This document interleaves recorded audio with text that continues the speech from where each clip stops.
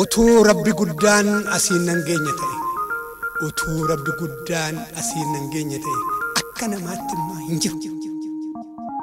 Utuun qabeenya gayaa qabaadhee lammii kootiif bu'aa takka buuse hin gaabbu. Utuun maalummaa koo beekuu baadhee saba kootiif hin qabsaa'u.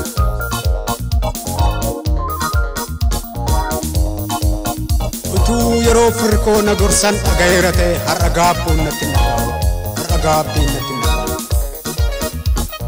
Utuun sirriitti barnoota koo qo'achuu baadhee sadarkaa kana utuun sirriitti qo'achuu baadhee sadarkaa kana utuu muuziqaan hin jiraanne sagaleen hin bareedu.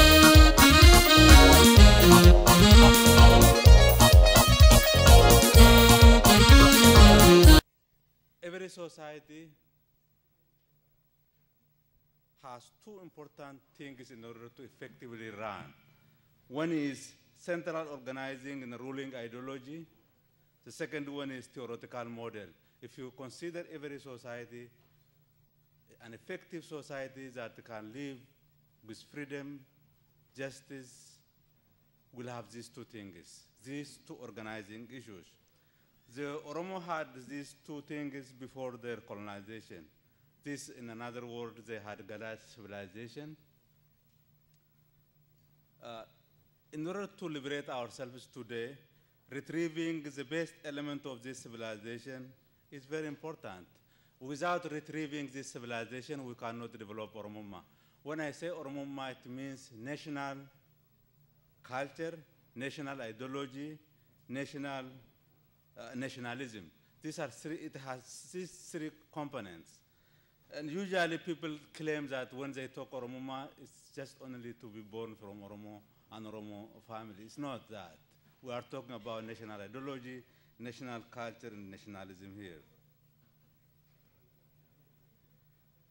Up to now, the reason why we are facing serious problem is we have borrowed a lot of ideologies, we have borrowed a lot of theories that are not compatible with our struggle. That's why we are facing serious crisis, as I'm going to argue today. There are three triple ideological problems and the theoretical models that Oromo face today. One is Ethiopianism. The second one is the theory of socialism or the theory of modernization. I'm going to explain these theories. The theory of socialization for the last 40 years in the Horn of Africa, it is completely failed. The theory of socialization claims that the working class dictatorship would solve the problem of society. This didn't work for the Oromo. It didn't embrace Oromo values, Oromo culture, Oromo ideology. The second one is theory of modernization. The theory of modernization claims that society develops from primitive to civilization, from lower to higher society. This kind of society would be led by the Western powers. This also dramatically failed. It didn't work. The ideology of liberal democracy, totally, as we know, it didn't work in Oromia, in Ethiopia, and the Horn of Africa. It is dramatically failed. It is imposed on the Oromos through terror, genocide, total destruction. It didn't work. This propaganda of socialism and democracy totally failed. It didn't work. Many of us believe that, almost all of us believed one time that these ideologies are going to work for the Oromo people. Unless we are mad, unless we don't understand reality, these theories are not working for the Oromo. Socialism, the theory of liberal democracy, they were propagandas that were intended to hide reality, to give promise like life after death, like what we do when we are religious. If you are religious, we are going to heaven by just believing. So we have been believing that, but unless we cheat ourselves for 40 years, it didn't work. But in fact, it brought on Oromos terrorism, genocide, destruction, deprivation of resources. So these theories, as we saw, socialism, Ethiopianism, and the modernization, helped to perpetuate Ethiopian colonialism, poverty, and it brought a lot of problems to us. So the question that we have to ask today is, what should we do? Are we going to continue to follow the failed ideologies that brought suffering to Oromo people, or are we going to reinvent our civilization that proved correct for many centuries, that allowed our people to live in freedom and justice by having democratic principles that even allowed neighboring people to live in justice and peace? That is a serious question that we have asked today. So the Oromo lived under two social political orders. The first one was, please somebody will follow my time. Anybody? Daniel, would you follow my time? Okay, please. The first one order was Oromo, as I already mentioned, when Oromos were living under Gada civilization, they were sovereign, democratic, more or less peaceful. The second one order is, you know, social political order is colonialism that is characterized by terror, physical and mental genocide, political slavery and poverty. One of the new things that I'm going to explore today is mental genocide, because it has very serious consequences. The Ethiopians not only committed genocide on our people, but they mentally crippled us. They erased our memory capacity, replaced our mind with their ideology of Ethiopianism. On top of that, they brought to us theory of socialism and the so-called democracy that totally failed, that totally didn't work for the Oromo people. So in order to advance this, they committed mental genocide on us. When I say mental genocide, particularly educated Oromos, Oromo politicians, we are totally dislocated from our sources.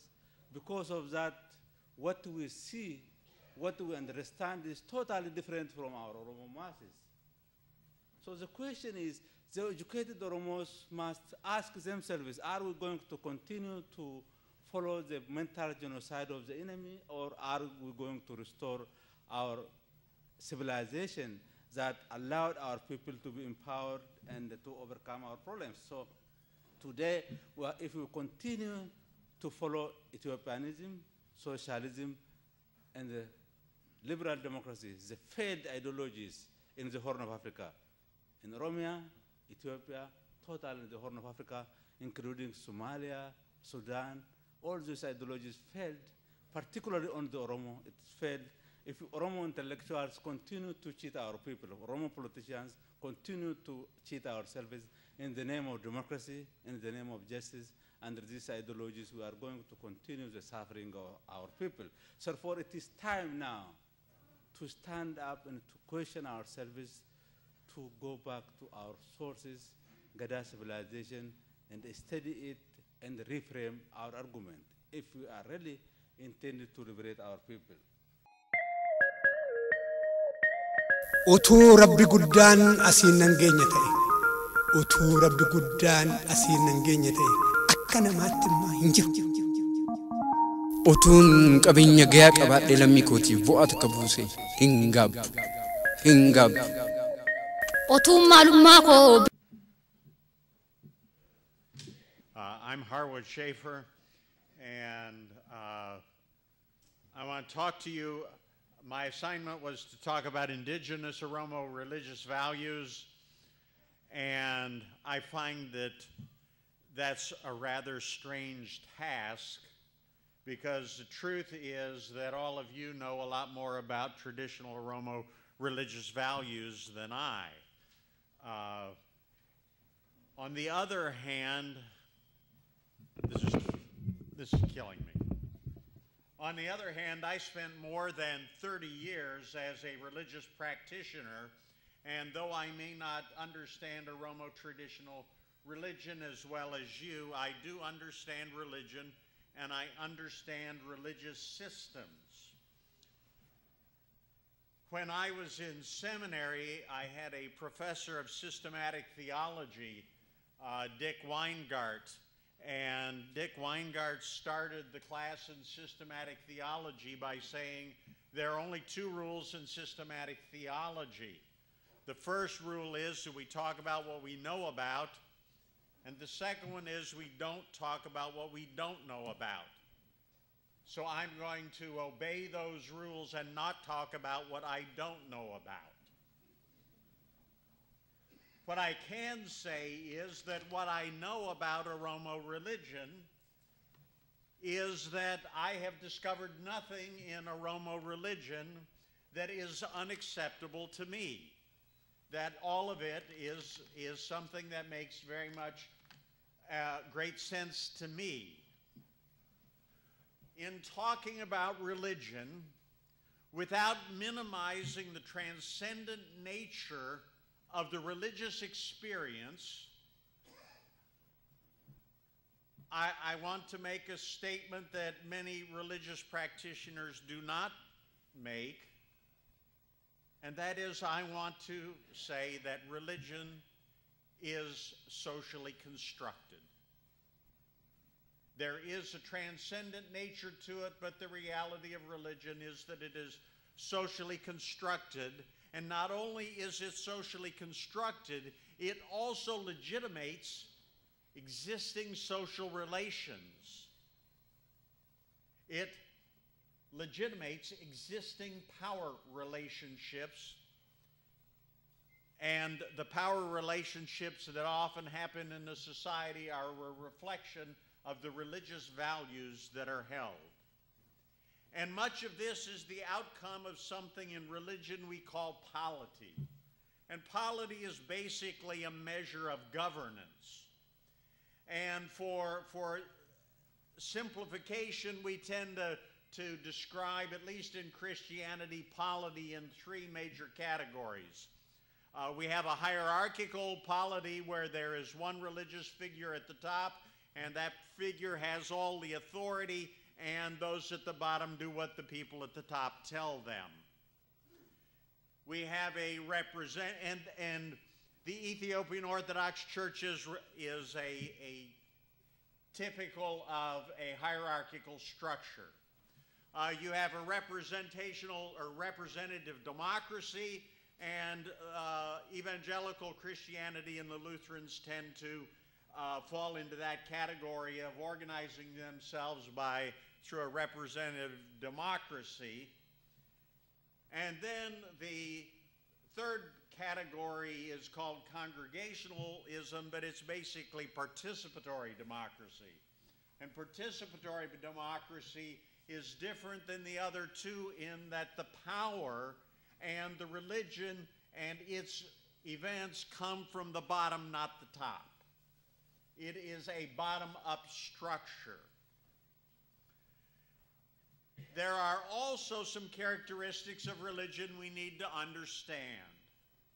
And that is that we have imperial religions, and those imperial religions require exclusive adherence to their belief. They believe that they are universal and that they are better than and replace all of the others. And examples of that are Christianity and Islam. And they both have those characteristics to them, so that when I talk about others, I'm talking about my own tradition in terms of its imperial nature. And then there are non-exclusive religions there are those that are ecumenical, although that's a Christian word. They are religions that are respectful of one another. They are religions that provide value to those that believe it, but do not impose themselves on others around and force them to believe the same thing. For myself, I find myself in the strange position of belonging to an imperial religious system and being a non-imperialist, in believing that my religion, like yours, makes sense for me and gives me an ordering by which I see society, but is not something that I have any obligation to impose upon others.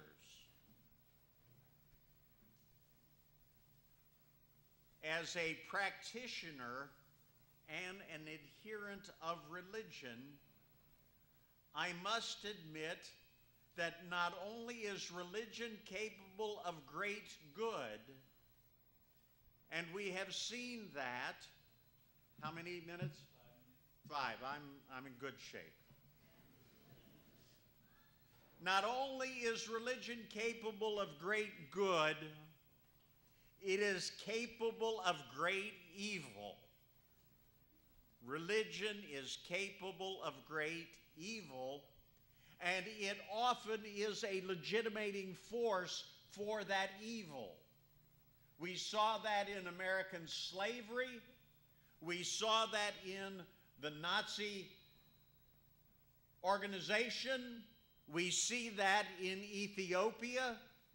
It is true, and it is a shame. Religion ought to be ashamed, but it is not.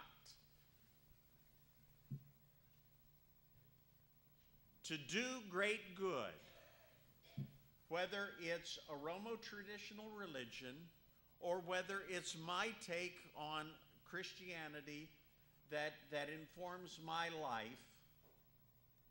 to do great good, a religion must set aside its own quest for power, its own quest for the expansion of its number of adherents, its expansion of its self, and it must take on the role of the servant. That is, it must take on the role of transforming society. Now, the beliefs that we are all created equal come from that servant mode. Because if you have a hierarchical tradition, you cannot be a servant, you must be a master. Only by being functional at the community level, at the individual level, is one able to take on the role of the servant, to take on the role of one that's willing to sacrifice oneself for the better good of society.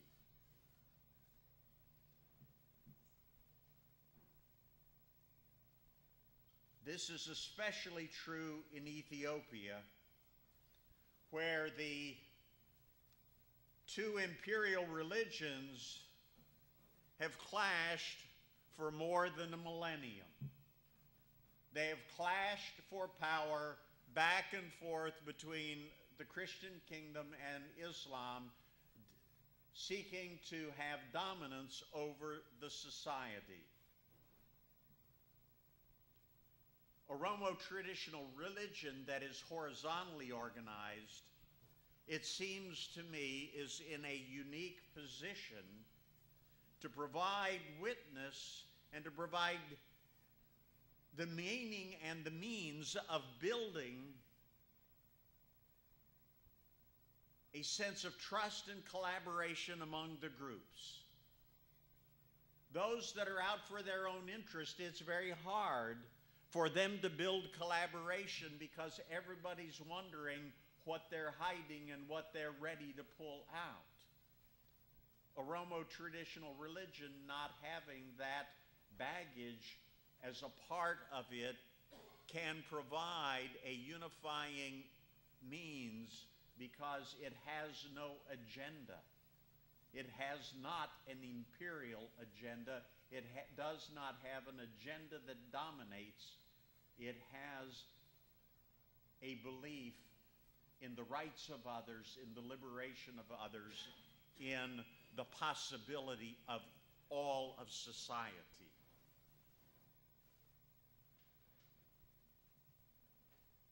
If Oromo traditional, two? Okay. I got 2 paragraphs. If Oromo traditional religion is to take on this task of transformation, of the dysfunction that exists in the Horn of Africa, not only must it become servant, but it must try again and again. It must not let failure overcome it. It must continue in the face of failure. It must not be defeated by failure. It must not be defeated by oppression or subjection. It will face all of those things. And for our religion to succeed, it must continue to hold fast to its values and not become violent like its opposition. At the moment that we become violent, that if we return kind in kind, we lose. We destroy our religion, we destroy our faith, we destroy our community. And so the focus needs to be, it seems to me historically is within Oromo traditional religion, on the full development of the capabilities of each and every member of society. And it is to that quest that we must commit our faith, ourselves, and our future. Thank you.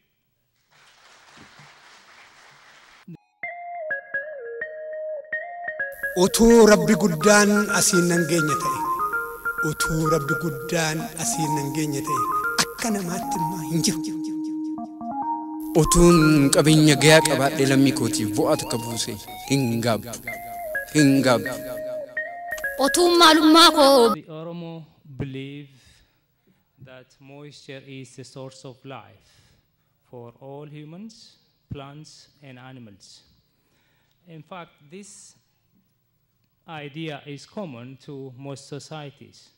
But what is different is that among the Oromo, this idea is framed cosmologically, so that the idea continues to link humans, plants, totally the environment. This cosmological link is critical because it helps to explain why Oromo areas have been environmentally sound. Two, it also explains why the Oromo survived on the Horn of Africa for the last 60,000 years. 60,000 years ago, Cushitic and Omotic ancestors were on the Horn, the present position, when there was a cataclysmic. The first human left Africa about 60,000 years ago. Then 40,000 years ago, there was cataclysmic, and all of Africa was dry. Only the Sahara Desert, the Sahara area was wet. Humanity survived in that area for about 20,000 years. Later on, around 3,000 years ago, the same group came to inhabit that region. And that's what I'm linking the point here. Between 8,000 and 7,000 BC, all Kushites considered Waka as a divine. However, the others subsequently abandoned or replaced it, but the Oromo subsequently moved and retained and developed the concept of Waka and the various meanings attached to it. When this concept was developed, the other idea that I'm introducing is the notion of organic intellectuals. Every society has organic intellectuals. These produce ideas, and they homogenize society. They explain events and processes. Every society's knowledge depends on the quality of these organic intellectuals. It is these organic intellectuals who essentially framed these ideas. And so all societies know that plants are important for food construction, basically economic values. But in the case of the Oromo, it goes further than that. It almost approximates to what we can call the modern science.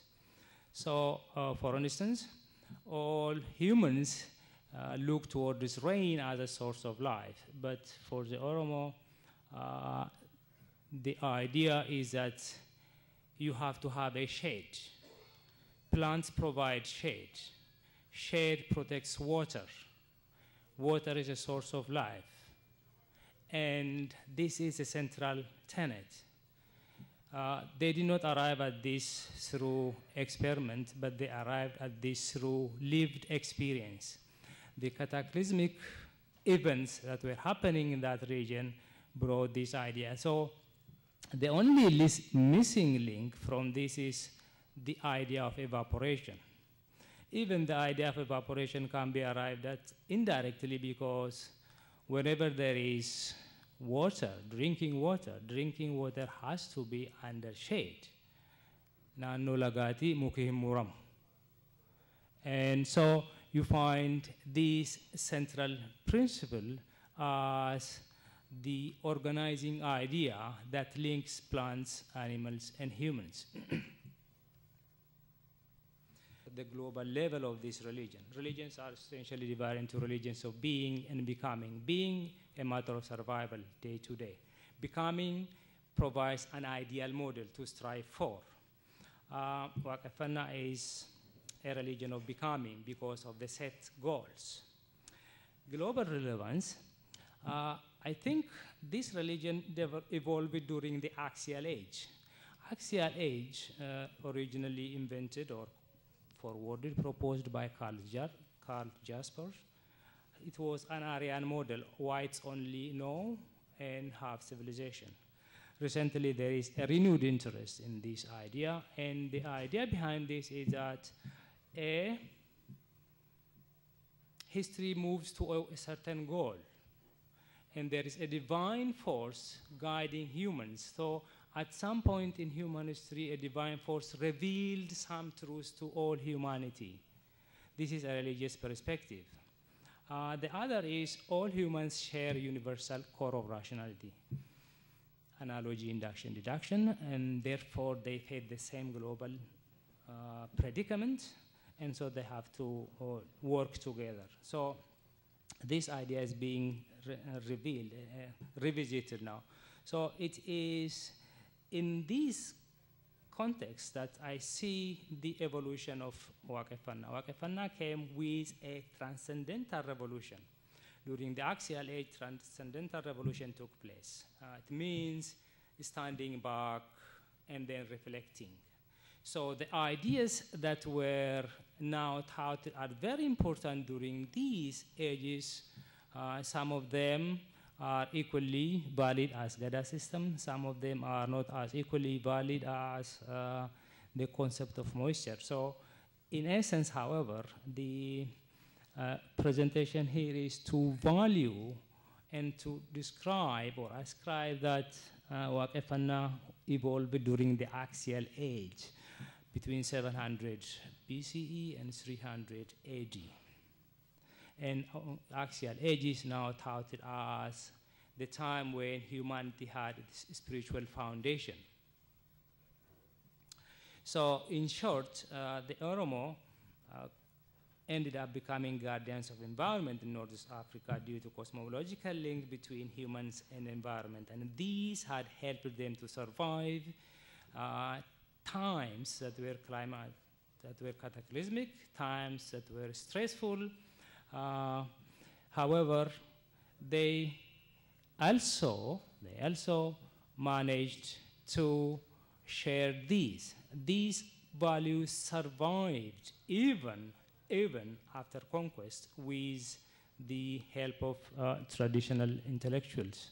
So to summarize, the notion of classical Oromo, the notion of moisture as the source of life, the role of organic intellectuals, transcendental revolution as the beginning, the context for the emergence of Waaqeffannaa. Thank you. Utuu Rabbi guddaan asiin nan geenye ta'e, utuu Rabbi guddaan asiin nan geenye ta'e, akka namaatti immoo hin jiru. Utuun qabeenya gayaa qabaadhe lammii kootiif bu'aa takka buuse hin gaabbu. Otuun maalummaa koo. Well, to read the topic of my presentation. I'm going to give a very descriptive account of Irrecha,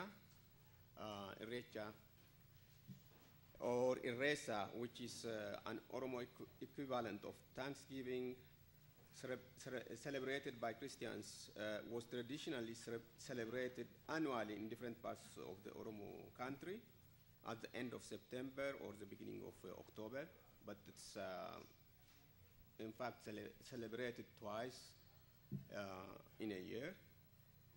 One is at the beginning of the rainy season. That was, I think, a smaller one. The bigger one is the one which we celebrate at the end of September or in the beginning of October. The paper I'm presenting describes the circumstances that brought the Irrecha festival to life during the last 15 years and tries to explore the role it is playing in the revival of the Oromo national identity at present. The festival, which was celebrated locally in the past, is now turning into a pan-Oromo movement that brings millions of Oromos from all over Oromia for a national celebration on the shores of Lake Hora in the city of Bishoftu. It is also celebrated in the diaspora by tens of thousands of Oromos in many cities around the world. Of course, I'm saying tens of thousands, not in one city, but if you add up the celebrants from Europe, Australia, and also in the United States and Canada. Taking the revival of the Irrecha as an example, the paper will show that in tandem with the growth of Oromo nationalism, the revival of Oromo traditions has become the expression of Oromo unity and identity. By describing and analyzing the vitality of Oromumma, that is a collective Oromo identity, which is reflected in the numerous pan-Oromo socio-cultural and historical symbols and artifacts that decorate and articulate the festival, and also are understood and valued by its participants irrespective of religion, region. The paper will underline the Oromo sense of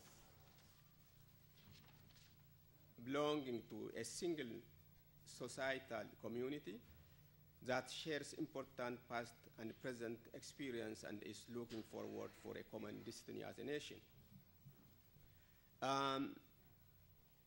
What I want to do is 3 or 4 things. One is Irrecha. I want to describe Irrecha as a marker of an occasion for joy, self-recovery, and self-assertion. Traditionally, the Irrecha festival marked the time of the year when the Oromo society is at its happiest and contented moment. It marked the birra, or the end of the rainy season, and the beginning of a season of plenty, a season when the natural surroundings is full of flowers, a season when the harvest begins and people have plenty to eat. Today, it's more than that. According to my observation, the festival represents more than anything else an awakening from a cultural trauma which has affected the Oromo for about a century. It represents a victory over a history of cultural denigration. It shows that the dark time when the Oromo culture is seen as pagan and primitive is gone once for all. It signifies the beginning of a new era in Oromo history when the Oromo culture is getting recognition as one among the multitudes of cultures and traditions of our world. Then we have the present site, which is Lake Hora in Bishoftu, and this is on the way to that gathering. And the big gathering at this place, there are people who are in the audience here who have been there. I see the Ribi here. So today is a big one, and what we hear is about 1 million people are gathering there. 3-4 million people, they say. The Ethiopian television said so 3 million, an estimated 3 million, have come to this. The deep meanings carried by the festival are expressed in the words and performances of many young artists. There are so many songs about the Irrecha, and these songs are really historical songs. They are brought forth from the cultural songs we have, but modernized for the occasion. The songs are many. They are coming, new ones are coming every year. I have a few favorites, I mean songs which in fact deeply express what Irrecha means. One of those songs is that of Galane, which is sung, I think, at the site in Bishoftu. She sings Kotta inirrefanna ada badedefanna. Come, let us celebrate Thanksgiving. Let us revive our lost culture. She's not calling to war. She's not calling to engagement in conflict. But she's saying what has been lost must be revived. It is up to us to revive. Let us come together and revive it. Irrecha is a refutation of Ethiopian misconceptions about the Oromo. The Oromo are said to be, you know, a bag of diverse cultures, a people who do not unite, who do not come together and be at peace together, live at peace, in peace together. They don't have history. They don't have a heritage that they share, or symbols, important national symbols that they share and that makes them one people. I'm rushing in. I have described and discussed this in the book which I have on the desk there, the contours of the Oromo, emergent and ancient Oromo nation. There I have a chapter on religion, and this is also discussed there. So just 3 things. In short, the Irrecha festival gives us insight into the pan-Oromo characteristics of the major Oromo traditions. It reveals the historical depths of the nations through the cultural and historical symbols that are displayed at the festivals. It confirms that the fact that the Oromo are a nation of great assemblies and gatherings. The growing popularity shows the potentiality which the Oromo culture has for revival and development. I mean the popularity of the Irrecha festival. So this is what I want to say. I want to, in fact, put that song here, but the time is not enough. I think if I get time when we have the discussion, I'll have that. Thank you very much. Utuu Rabbi guddaan asiin nan geenye ta'e. Utuu Rabbi guddaan asiin nan geenye ta'e. Akka namaatti immoo hin jiru. Utuun qabeenya gayaa qabaadhe lammii kootiif bu'aa takka buuse hin gaabbu.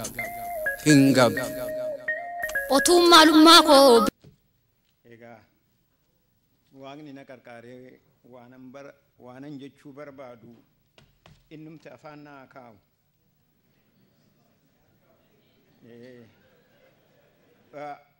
Butta War was declared in 1523, 22. Before that, there were discussions. and for 40 years, and finally declared Butta War.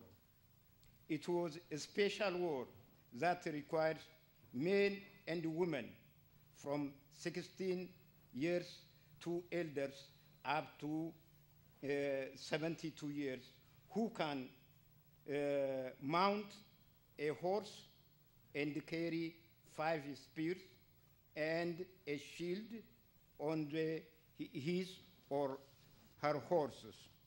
And many times I can hear the woman. The Oromo did, if I have a time, they have a reason. They said there is no reason that 50% stay at home. That's women. Therefore, they trained women for 40 years, and men too. And finally, when the war started, in Christian religion, in Muslim religion, to be captured by the woman, it's a shame, shame, shame. To be killed by the women, it was a shame. The Oromo knows this psychology. You know what they did? The men behind, the woman with the shurubba over here, on the horse's back, they just went for war there. When they see women, the Portuguese ran away, Abyssinians ran away, and the Afar ran away because they don't want to be shamed. And it was one of the tactics. Oromo do not like to kill people, but they use all kind of malinumeki. Mo wakatu sigena njede nativakata. Anyway, okay. Don't forget, many times about women not participating in the Gada, falsely mentioned by many of our scholars. But if we go deep, without women, no Abagada can make a decision.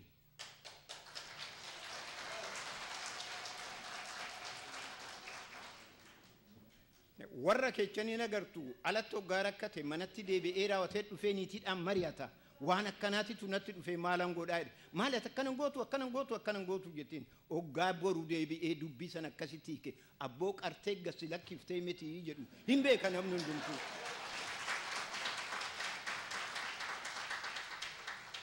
So dula go to by the request of women. Ujole sani da emet abura kane dulu nur okay ise jechu kanafi bifa kasitini arastanan it is a time for dula gutu, and we have to include female. If we see here not more than 10%, where are the 40% of women? Mana Kenya tenya ujule gangalchitishin asitu julenta batu iftira wate ufi Kenya stenya. All this we lack to force our female, to encourage our female, very kabdi, but to bring what the Oromo male are doing. In 1422, in 1522, it was the question of female who asked, they want to fight if the men willing to carry their children at home. And then the men said, we will follow. That's how they defeat. And please, we need good leadership and also the participating of female. Otherwise, not Dula Gutu. It will be Dula, 50% of Dula. Thank you very much.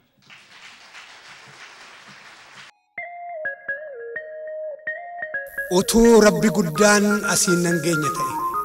Utuu I want you to mention about the arrest and persecution of the Oromo who came to participate and express their political opinion in different ways, and people who have been in prison because of what they were expressing at these festivals. And the other question is to Dr.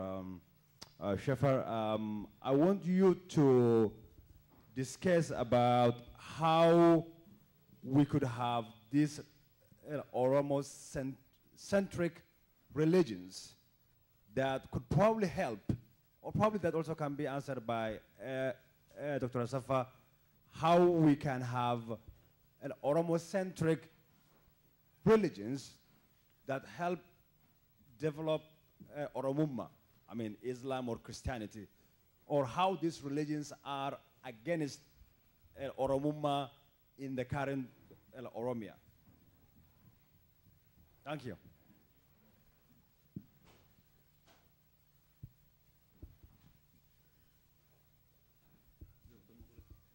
Shall we answer? Yeah. Okay. Well, I know about the repression. I know about the arrests in Bishoftu, and that people were stopped from going to Bishoftu from many directions. That was in the beginning, even there was an attempt in the beginning even to prevent the Recha festival in Bishoftu, but people came in large numbers, and the police or the state or the regime could not control the situation. It is going to be that way for years to come if you know, freedom is not achieved. It could be even prevented. They may even try to stop that, not because the people gathering there or who come to that place are,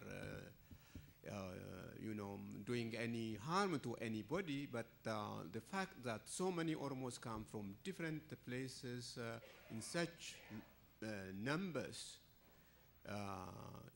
just saying that we are Oromos, we are celebrating an Oromo festival, a festival that has deep roots in Oromo history, by itself creates fear, big fear, great fear.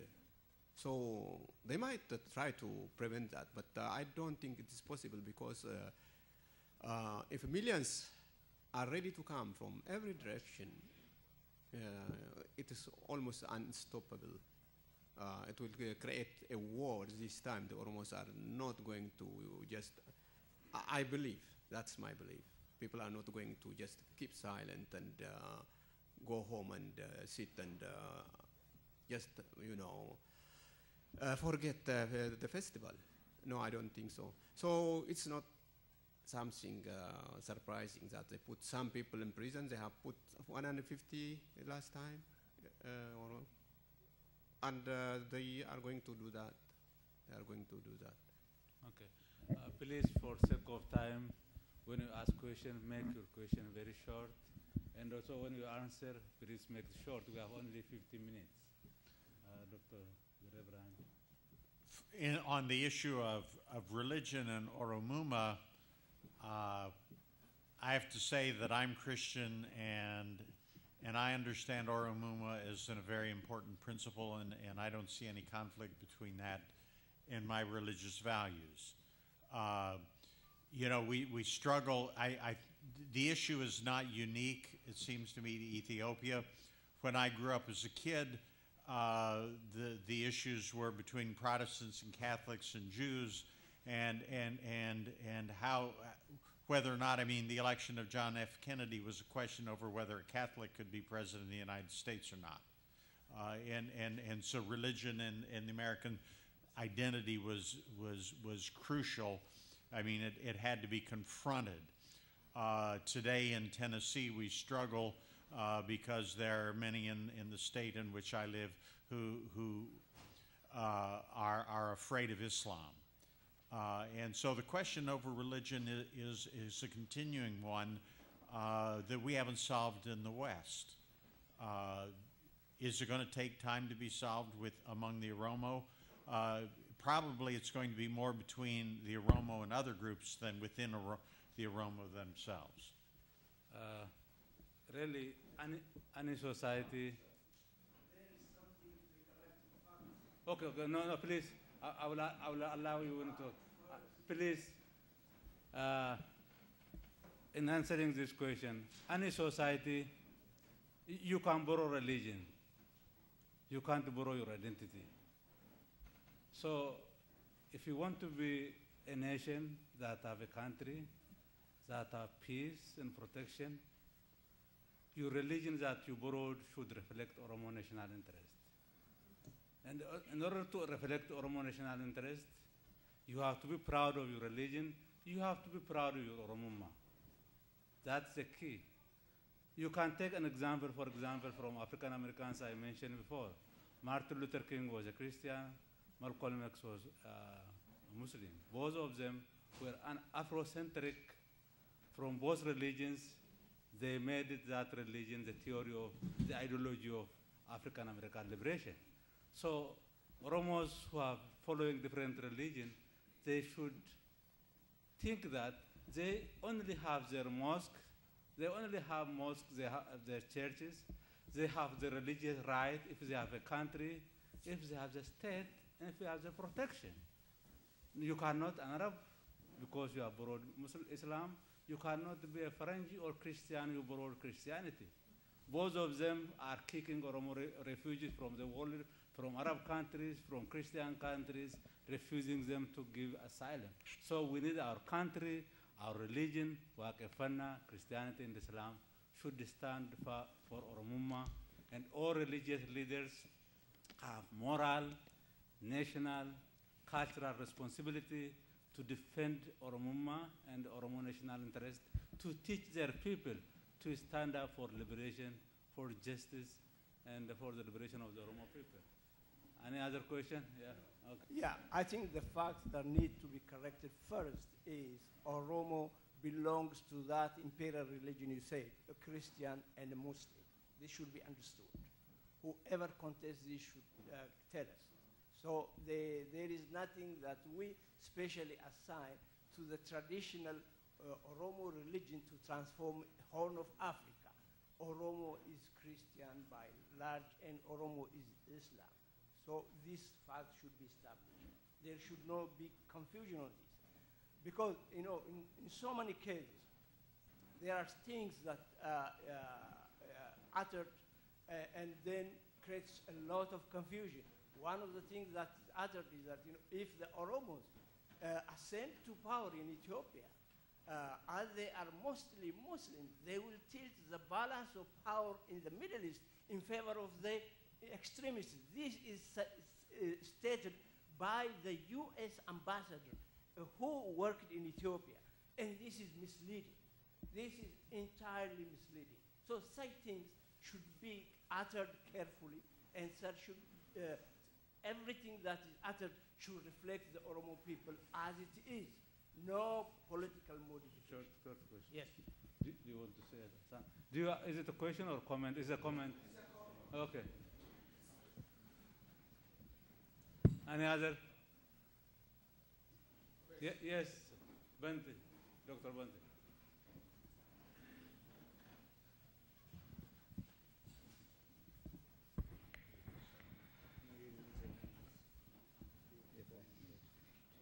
My question is for Dr. Makuria.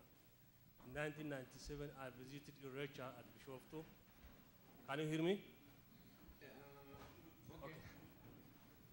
I visited the Irecha ceremony in 1997, and particularly I watched the dancing of the women, which is more entertaining than that of the men. I saw some non-Oromo women also dancing. They danced, and then when they talk to one another, turn around, and then they talk to one another in Amharic. My question is purely academic. From sociological and cultural studies point of view, how do you explain this? Irecha attracting non-Oromos, taking part in the ceremonies every year.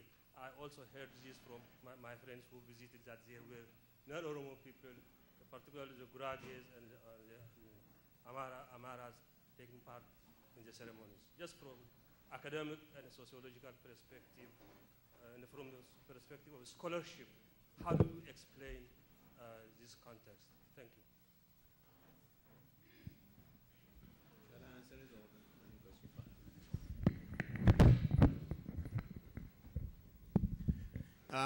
That is a big question that needs a lot of thinking and analysis.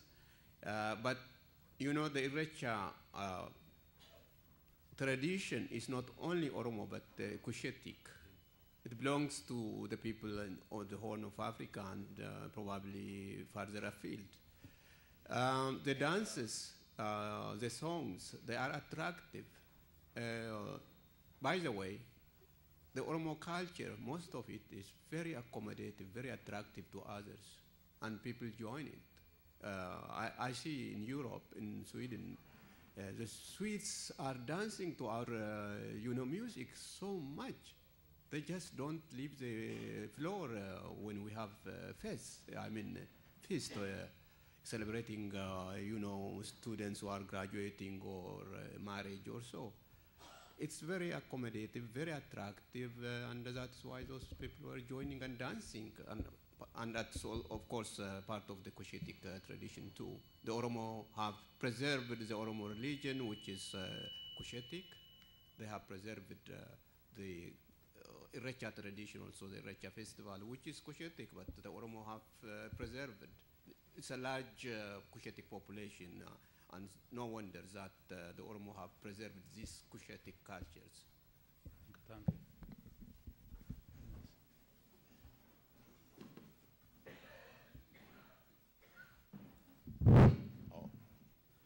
Medico man afaan Ingiliziitiin dubbanne afaan Oromootiin yoo relaxi jee gaarii natti fakkaata. I want to ask two questions. Maybe whether I can explain directly to you or I don't know. Let me try. One is, I think it's directed to Professor Ayana, I think. He said, in Africa, except Africa, the whole area was dry. And in Africa, in Sahara area, there was the moisture. That is where human beings remain. Then they developed from there. That's one. And before that, who was there? Before that dry, is it only that human being was in that area, or they were in Europe, in Asia? Because in the Bible it says, I think, or Quran, or Judeo-Christian Islam says, during no time, flood all area and remain on the ship of that human race. And from there, human expanded. Now, who was there before in Asia, in Africa, in all those areas? I think you direct that one too. The second question. One question is enough. One question is enough. To be fair to everybody.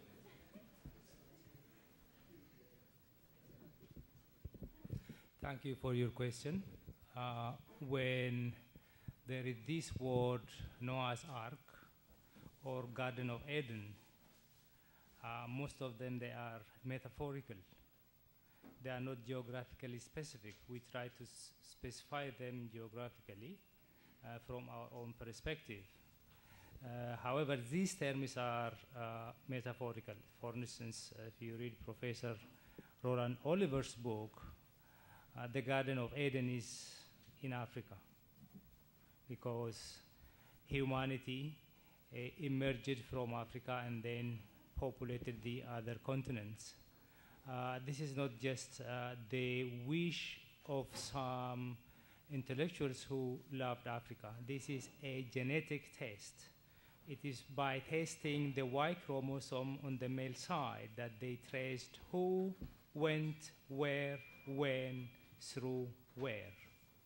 And so to go back to your question, around 80,000 years ago to 60,000, only the whole of Africa was occupied by humanity.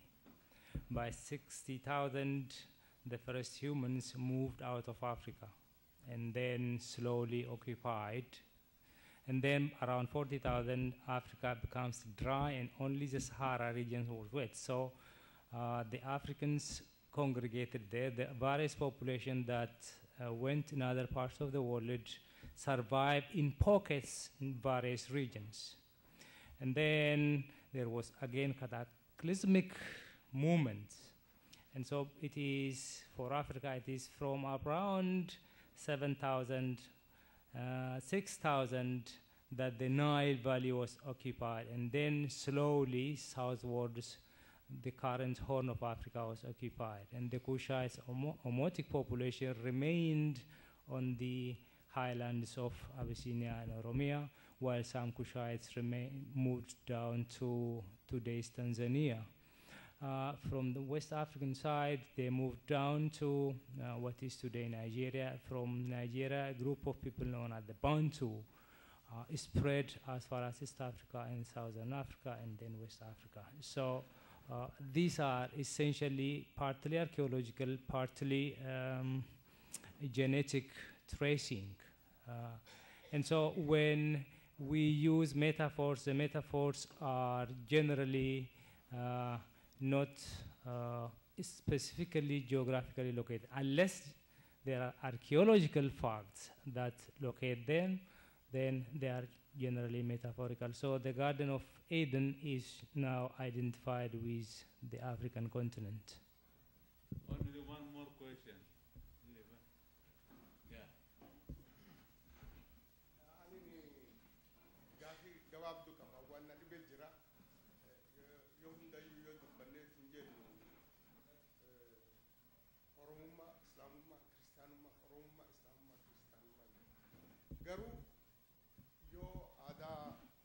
Yo akka Oromoon itti dhufte yoo laallee hin jenne amma fakkeenyaaf Booran yoo laallee hin jenne Sabboogoon jenne. Wanni Sabboogoonatti gargar baasanii fi naasu walii dhabuu isaati. Maaliif obboleessi obboleettii fuudhaa, dubriin iddiin isaa fuudhaa, foon waa wal fuudhanii fi naasuun badde. Naasuun baddeennaan amma san akka naasuun dhalattu akka namni wal jaalatu akka namni wal kabajuu fi gargar baasanii akka namni gostokk irraa gostokk fuudhu tolchan. So the root word of Oromummaa is first Nasu. Nasu tayyoo laaltee hin jette in southern and southeast Oromoo keessatti yoo laaltee hin jette it developed into Borantiti and then into Arsumma. This doesn't mean namni tokko Arsi jechuu miti, namni tokko Boran jechuu miti.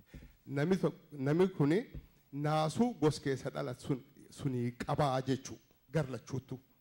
Yoo sun bir dabartee hin jette it grew up into Oromummaa. That means you have a strong compassion toward this fellow Oromo jechuu. Akkamii wanni kuni Judaism based religion waliin blended ta'uu dandeetti. Wanni naa galuu dadhabe suni. Fayyataa.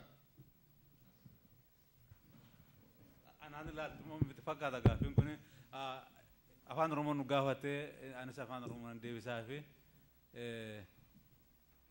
yeroo Oromummaan dura akkatti gosaatti akkatti himte sanatti dubbat ture Oromoon amantaa addaa hin ergifanne ture. Waaqeffataan bulaa ture. Har'a garuu Oromoon amantaa lama ergifateera.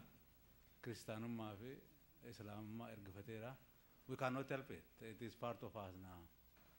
So kanaafi amma akkatti is a socio-political construct amma nationalism Oromummaa national sabboonum Oromummaa dubbannu a socio-political construct. Akkatti biyya keenya bilisa obbaanu, akkatti of ijaarru, akkatti nyaaba ofirraa baafnu, akkatti Oromiyaan biyya taatee nagaadhaaf bultu waan ta'eef akka ittiinitu as central organizing principle all Oromos. Waan isaan qaban hundumaa kana utuu irraa naqin olitti dhee akka uummataatti ol duukaa dachaa oofee akkatti Oromoo ol duukaa dhaabbatee bilisa obbaasu godhaa jirra yaadaa jirra. Malee isaan qabu kana isatiin gosa adda addaa qabaachuun isaa beekamaan hin qabaata. Haa ta'u malee amma kan barbaadaa jiru akka biyyaatti waa inni qabaachuu qabu. Akka uummataatti nationalitti akka waa inni qabaachuu qabu irratti dubbachaa jirra. Is a national construct that Oromos are going to build based on consensus as a nation, as a group of people who belong to a community, a national community. Akkatti yaadaa jirra. Kanaafitu Oromummaan onita kanaaf Kiristaanummaanis Islaamummaanis kana jalatti hirmaatamanii Oromoo ol duukaa tochoosanii akka isaan bilisatti geessan. Oromoon biyya qabaachuu qabaa. Uummata Oromoo amantii barbaadu biyya isaa keessatti fudhatee kabajaan fudhachuu qabaa.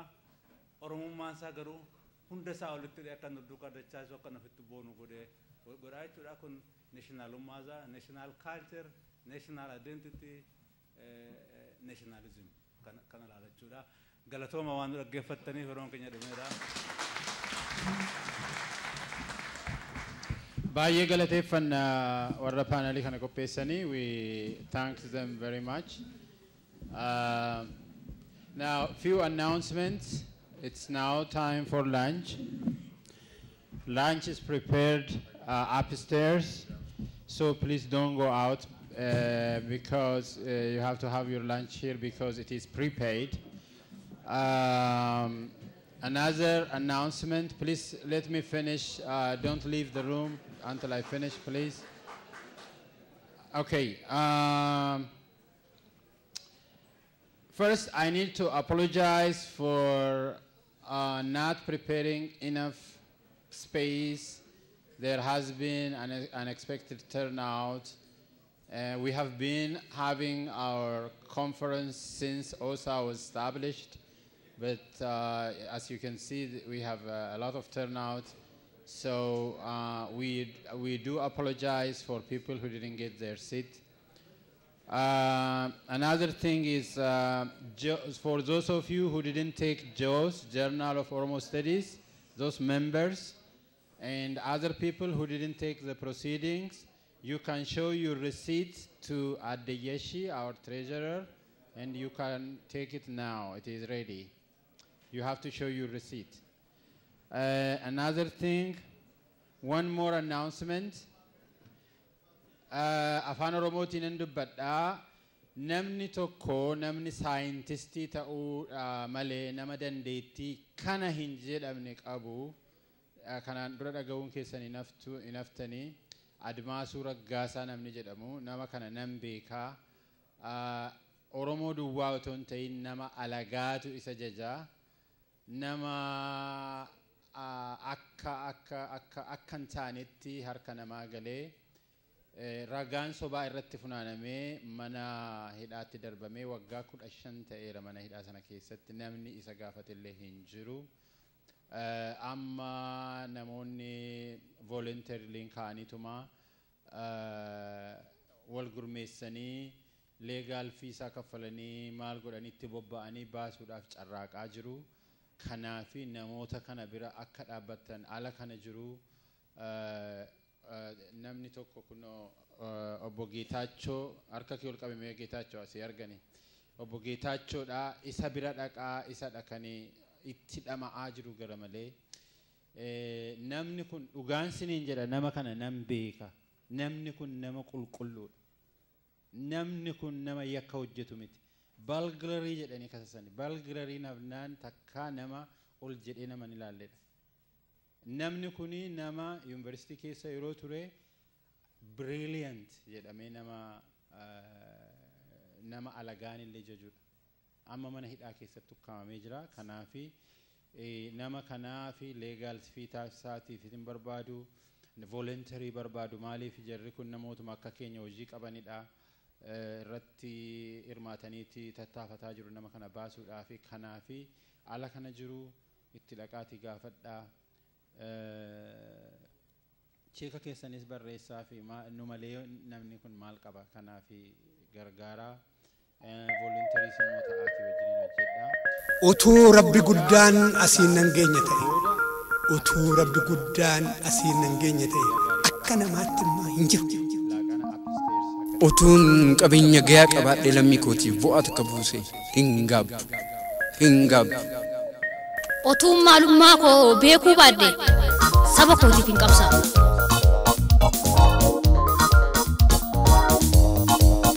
Utuu yeroo firkoo na gorsan dhagayeera ta'e har'a gaabbuun natti naqamu. Utuun sirriitti barnoota koo qo'achuu baadde sadarkaa kana. Utuun sirriitti qo'achuu baadde sadarkaa kana. Utuu muuziqaan hin jiraanne sagaleen hin bareedu.